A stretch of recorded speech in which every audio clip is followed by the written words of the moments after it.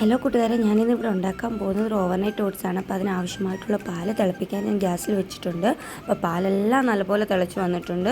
ഇനി നമുക്ക് ഗ്യാസ് ഓഫാക്കാം. എന്നിട്ട് ആവശ്യത്തിനുള്ള ഓട്സ് ഇടാം. ഞാനിവിടെ 3 സ്പൂൺ ഓട്സ് ഇടുന്നുണ്ട്. അപ്പം ഈ ഓട്സ് ഇടണം. നിങ്ങൾക്ക് എത്രയാണോ വേണ്ടത് അത്രയും ആവശ്യത്തിനുള്ള ഓട്സ് ഇടുക. പിന്നെ അതിൻ്റെ കൂട്ടത്തിൽ ചിയാ സീഡ് ഇടുക.